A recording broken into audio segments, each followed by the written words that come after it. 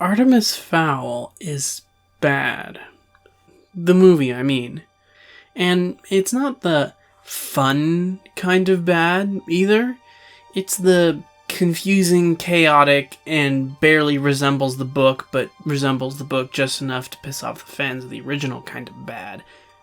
But I'm guessing that you already knew that. There's a dozen other white guys on this website, some with avatars, some with weird screamy faces, in the recommendations tab right next to it, that are going to tell you the exact same thing. So, I think we can all just take it for granted that the movie thing bad, and instead, let's look into the much more interesting topic. Why?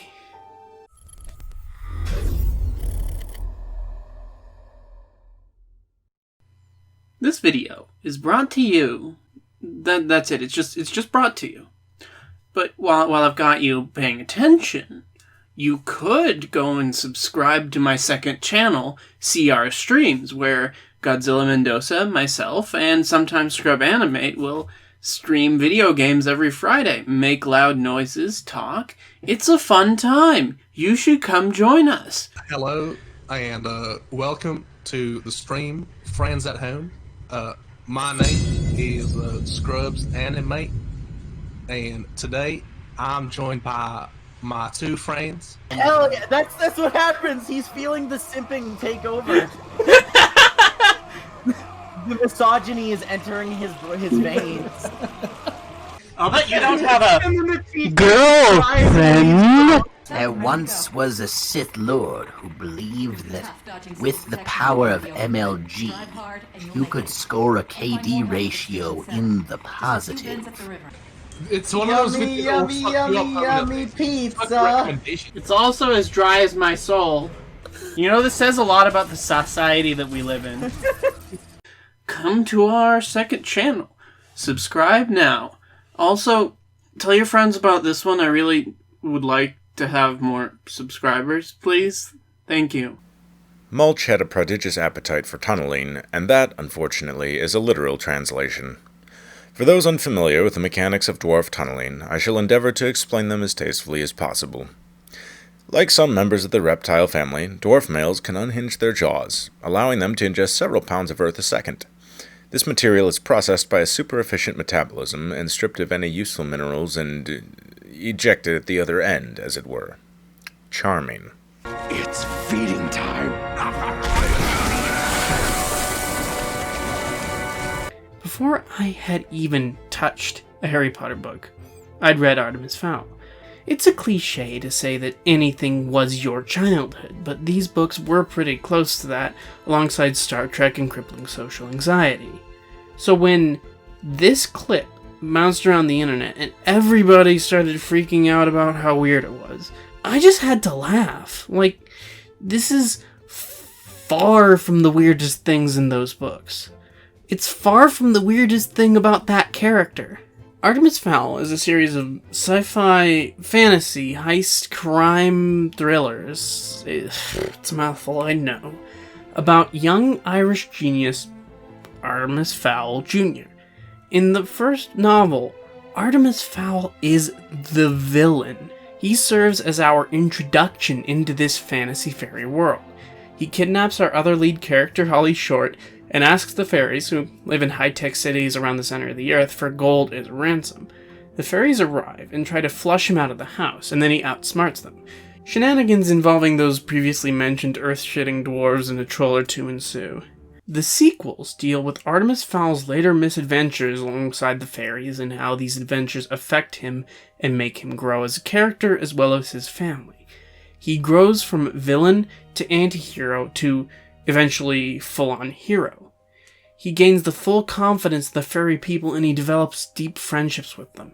I have my own criticisms of the series. I think that after the 5th book, they kind of lose the plot.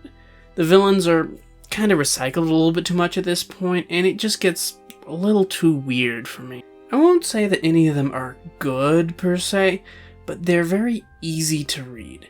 They're entertaining, they hold your attention, and I don't think you can really ask much more from books made for elementary middle schoolers. It's fine. Making a movie of that shouldn't be too tricky, right? Well, despite the complicated, often bizarre premise and the villain to hero arc, it really isn't. Because at its core, Artemis Fowl is just die hard with fairies. All you really need to do is nail the central character dynamics. Make them fun heist movies, but focus in on Artemis's growth as a person. And you would think that Kenneth Branagh as a director wouldn't be the one to fuck this up. Branagh's films are usually known for their emphasis on character, sometimes over action and spectacle. His Murder on the Orient Express adaptation attempted, although not very successfully, to add some pathos to Hercule Poirot.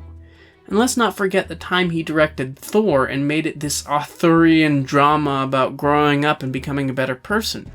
That's literally what Artemis Fowl is. You just had to make the first Thor movie over again. It would be one thing if Artemis Fowl was another forgettably bad young adult movie based on a forgettably bad young adult book. But that's not really what this movie is. Even in the wasteland that is the YA genre, this movie stands out for being bad.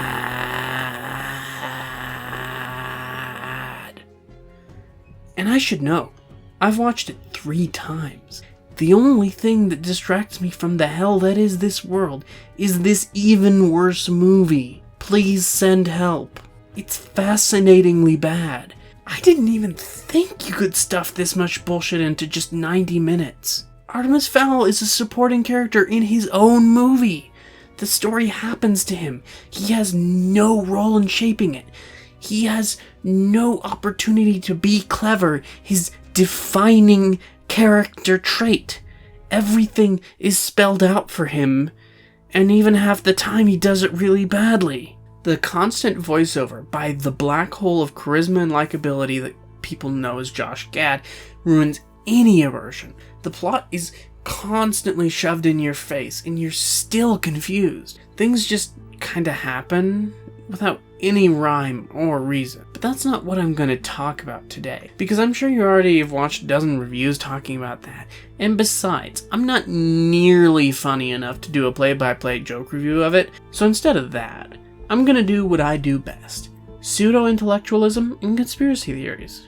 Artemis Fowl, the movie based upon Artemis Fowl, the book, rolled cameras in March of 2018 after 17 years of development hell.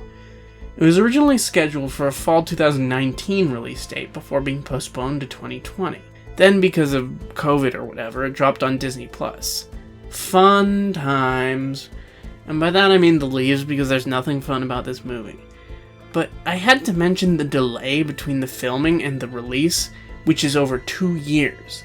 That's a lot of time for post-production. That either gives you enough time to make sure everything is perfect, or enough time to fuck things up.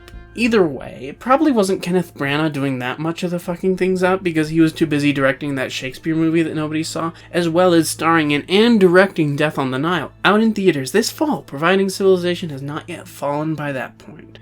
Did you know that the man who directed Son of the Mask was going to direct the Artemis Fowl movie at one point? And someone had the brilliant idea of starting a petition to unhire him, like he's James Gunn or something. Who would have guessed that even before Twitter, you couldn't keep making unrepentantly shitty movies that make no money without people canceling you? And some people say that cancel culture isn't a thing. I've watched this movie more times than most movies that I like. Again, I don't think you realize just how much I've been obsessed with this. And in so doing, I've noticed a couple of strange little things that have driven me to make some wild theories. I'm convinced that there have been some serious hijinks inflicted upon this film.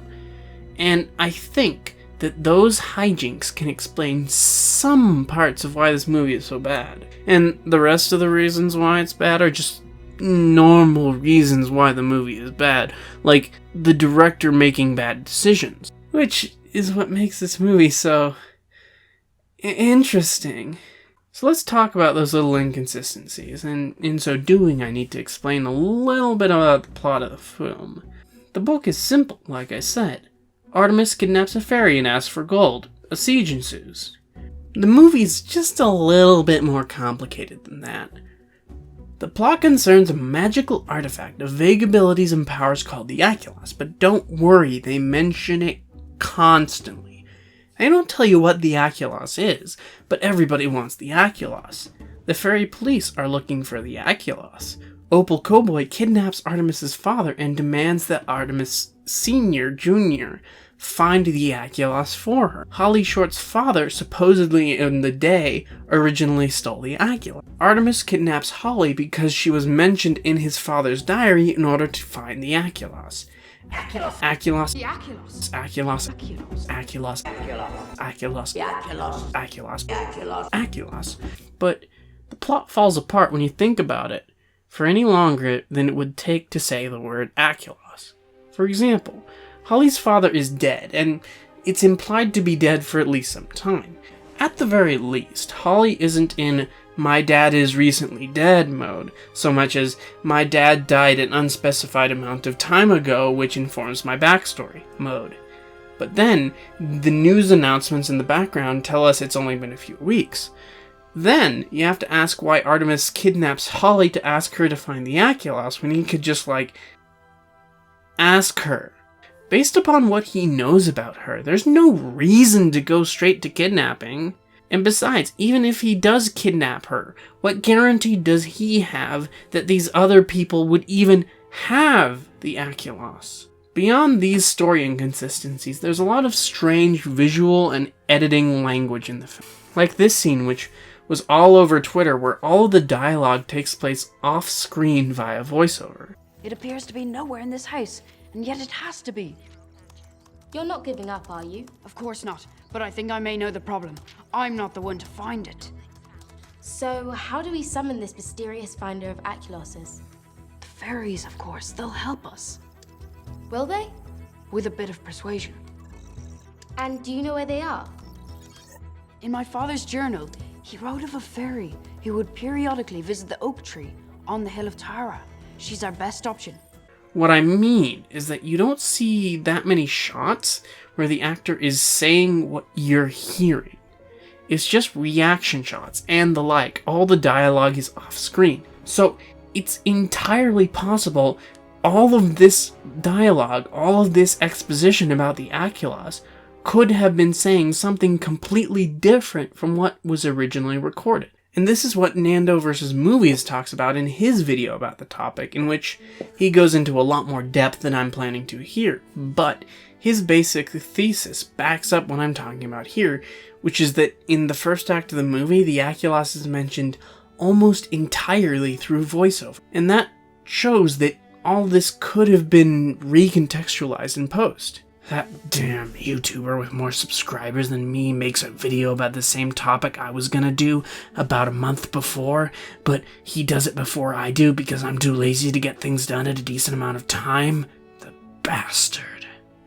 But as Nando admits, he hasn't really read the books. I have. So I picked up some evidence in the movie that corroborates what he says. Take the scene where Artemis learns that his father's disappeared. Now, in the books, Artemis Fowl Sr. disappeared on the Fowl Star, a cargo ship which loaded with consumer goods headed to Russia. It was destroyed, and he was kidnapped by the Russian mafia, and the second book deals with Artemis's quest to rescue his father. Early reports about the Artemis Fowl movie indicated that it would combine elements from those first two books. The only element remaining from the second is the villain, Opal Cowboy, who was originally supposed to be played by Hong Chau. And in the final product, Hong Chau isn't in the movie at all, but Opal Cowboy is played by 3 different actresses, all with their faces covered with this voice filter over it. Artemis Fowl wakes up and starts to eat some breakfast cereal. The TV is on, even though nobody's awake yet, and he sees a news report that his father has gone missing. Pay close attention. Authorities today launched a worldwide manhunt for Artemis Fowl, a reclusive businessman but now a controversial public figure whose super yacht, the Owl Star, was found abandoned last night in the South China Seas. Fowl is a known collector and antiquities dealer, but in dramatic new revelations, he is also suspected to have been behind some of the biggest robberies of the past 10 years, including the disappearance of the priceless Rosetta Stone from the British Museum, the irreplaceable 14th century Bruce harp, and the iconic Book of Kells from Trinity College, Dublin. No sign of struggle was found aboard the Owl Star, and their owner's fate is entirely unknown. Investigations are ongoing. Notice, on the screen, it says that the Fowl yacht was discovered abandoned but intact. You can see the CGI on the screen. Then, after the news report, Artemis's manservant and bodyguard Butler shows up. Artemis freaks out because his father is gone. Pay attention to what Butler says this time. Artemis! Where is he, Dom? We don't know. I have people on the way to the wreck as we speak. Now that doesn't seem to agree with what the TV just said about the yacht being intact.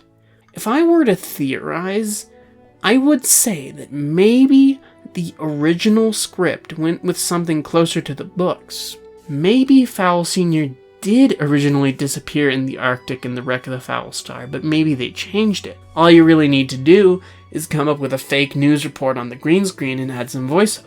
Plus, there's the cutscene where Artemis and Butler meet the sprite played by Hong Chau in Ho Chi Minh City in the opening of the book. Now, that fairy was supposed to turn out to be Opal Cowboy, but Hong Chau isn't in the rest of the movie, and that wouldn't make any sense anyway, because Opal Cowboy is like an industrialist? What? This is very confusing. But importantly, in that original scene, he gets the fairy book so he can learn about them. And then you see those symbols on his laptops in the voiceover exposition scene when he's supposedly reading his father's diary. Their books? It's not just a different language. It's encoded. If this scene were originally about him translating the book, and then retooled to be about investigating his father's diary, that would make a lot more sense. There's a lot of little errors and contradictions like this. When the movie came out, it listed 2 screenwriters, Irish playwright Conor McPherson and English comedy screenwriter Hamish McColl. McColl's credits include Mr. Bean's Holiday, Paddington, and Johnny English 2, Johnny English Reborn. In the initial announcements in 2015, at the start of filming, even at the release of the first trailer in 2019, McPherson was listed as the sole screenwriter. It was only when the second trailer came out in early 2020 when Hamish McColl finally received a credit.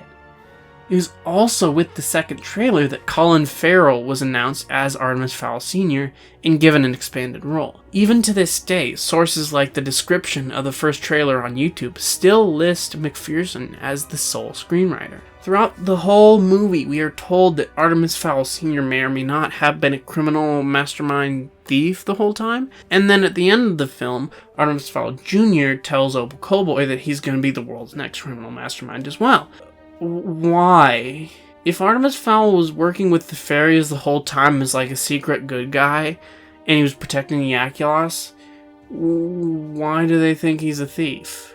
And why, at the end, does Artemis Fowl Jr. want to be a criminal mastermind if his father didn't raise him to be one, and all of his nefarious actions in the movie are done out of desperation? He's unquestionably a good guy. Why does he call himself a criminal if he doesn't really do that much criminal except an inexplicably pointless kidnapping? What should we make of all these little clues?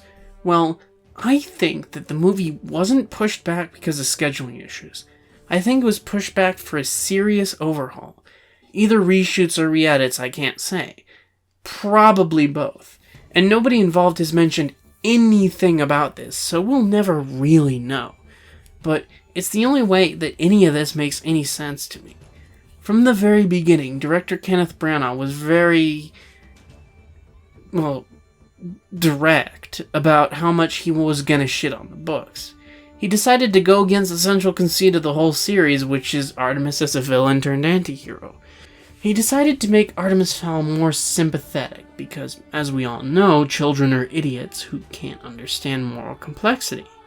So based upon all of that, I'm guessing that the movie originally looked a little bit more like the books, but then Artemis Fowl was sort of forced to embark on a quest for gold. The Aculos, if it is present in that version of the movie, is more of a side plot. Maybe it's something to motivate Holly Short, that the Fowls stole from the fairies and then his father was blamed, but it's certainly not the focus. This would explain why there was initially announced actors, for example, Artemis's mother, which eventually was cut. Then, Artemis Fowl kidnaps Holly to get the gold from the fairies, to ransom his father, blah blah blah.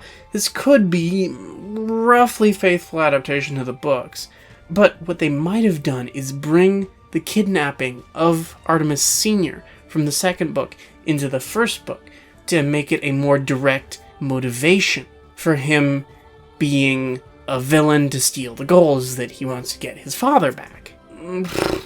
It's possible, I guess, I hope, maybe, sorta. What do you think? I don't know. Then, for whatever reason, Disney isn't happy with it. Maybe it's a bad, confusing movie. Maybe it's just that Disney should never be trusted with an adaptation of a book ever. Maybe there was a bad test screening in there. Either way, whatever. They chop the hell out of the movie to make it consumer friendly. Maybe they reshoot it, and what's left is what we see on screen. And as I was writing this script, I also found a Reddit post that claims similar to something what I'm saying and what Nando vs. Movies has said. There was a post claiming that the movie was first made more or less as we theorized it to be. Then the movie was re-edited to please Disney executives and add Josh Gad Dirtshitter as the narrator. And the fairy that Artemis meets in Vietnam was made to be Opal, but then it was cut. Through 2 or 3 different cuts, it was made to be basically what it is, with reshoots coming after re-edits. That would explain why the screenwriter was added at that point, because that person was the one who had to rewrite everything to fit the new version of the story as they retooled it. And this theory seems to fit the facts, but again, there's nothing official that confirms this. What's clear, however, is that there was some meddling in post-production, most likely, if nothing else, to just emphasize the aculos. The editing, the ADR, the delay in release, and the new writer all seem to confirm that. And let's be clear, all this theorizing is probably a lot more interesting than the movie, which could explain why stuff like the Snyder Cut is a popular thing to do online. It's kind of fun playing detective while just sitting on your ass watching a movie. And the big question, of course, is why you haven't heard any of this from any official channel. Why are there no news reports on official website thingies about any of this? Well, first of all, it's a relatively unknown intellectual property. It's not that many people are really paying attention in the first place. This isn't a Marvel movie, after all. Furthermore, reshoots are basically par for the course these days. If a big $100 million movie does some pickup shots here and there, that's typical. If every news website reported every single reshoot that happened, we'd be bombarded with news reports that add nothing interesting to the conversation about movies. And finally, reshoots tend to be reported on when there's some conflict of personalities behind the screen, some young creative hothead who locks horns with the studio management. That makes for good journalism. The artist, creative and alone, facing off against the big, soulless corporation. But that just isn't who Kenneth Branagh is. He's a team player. He does what other people want him to. He works with other people very well. And like I said earlier, he was busy with a lot of other stuff at the time. Which brings me to the most frustrating thing about this movie. I like to think that behind every movie I see is some creative spark or idea, that the people making it genuinely care about what they're talking about. But that doesn't feel like it was quite as much of the case here. This isn't to say that Kenneth Branagh and gang didn't care about the movie they were making, but let's be real. For people like Judi Dench, Joth Gad, and Kenneth B., was this really their top priority?